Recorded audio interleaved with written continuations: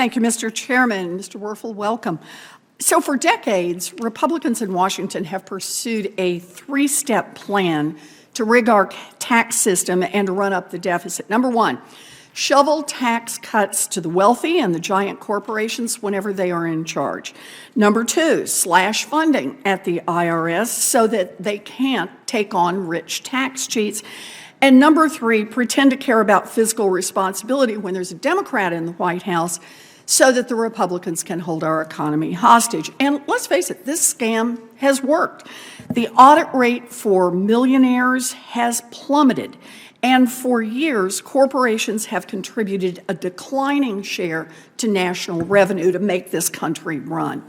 And that's why the Inflation Reduction Act that Democrats passed last year imposes a new 15% minimum tax on billionaire corporations and provides the IRS with new funding to track down wealthy tax cheats.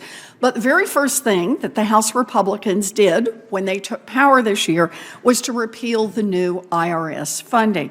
So, Mr. Werfel, let me just ask, if that funding went away, would it make it harder or easier for billionaires to get away with cheating on their taxes?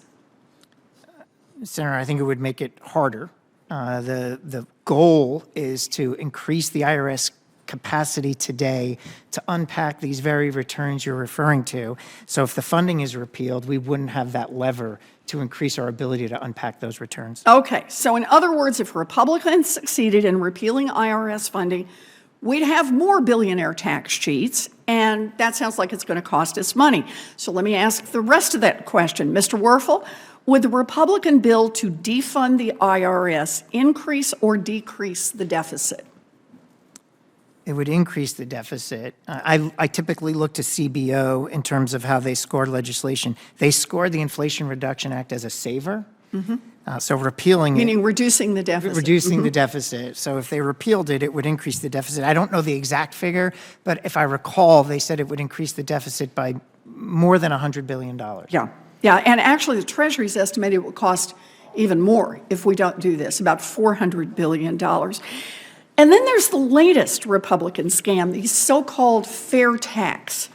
House Republicans plan to vote on this to slap a 30% national sales tax on everything that Americans buy, from gas to groceries to housing to health care. And at the same time, it would scrap all the taxes designed around people pay according to how much money they have. So, Mr. Werfel, how do sales taxes generally impact lower income folks versus how they impact the wealthy?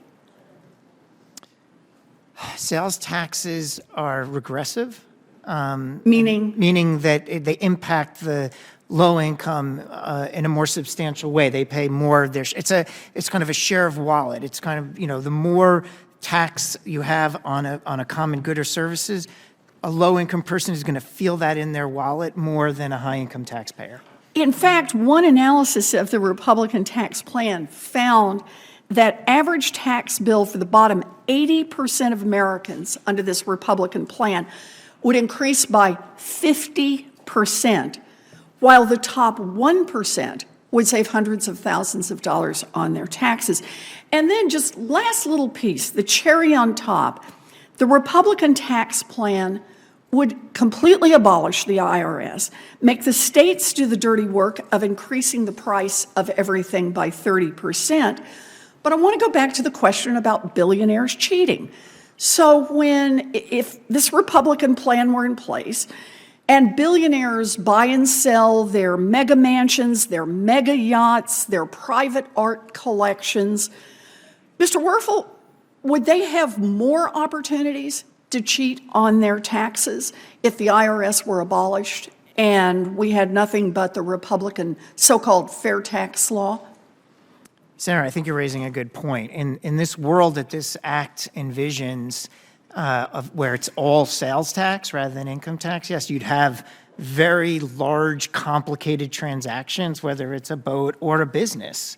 And if there's no IRS to make sure that we're assessing what the right sales tax is to pay, you would have a significant risk of evasion, I think. Okay, so a tax plan that basically will cut taxes for billionaires and for billionaire cheats. I don't think there's anything fair about that. So I get it. The Republicans are going to make a lot of noise about the debt ceiling, but this is theater. The debt ceiling crisis is entirely made up. If the Republicans hadn't pushed through the massive Trump tax cuts and slashed the audit rate for billionaires, our country wouldn't even hit the debt ceiling in the first Biden term. Americans should not buy the Republican debt ceiling scam, and responsible lawmakers should flat out refuse to cut a single dollar of support for hardworking Americans while House Republicans refuse to help unrig the tax system.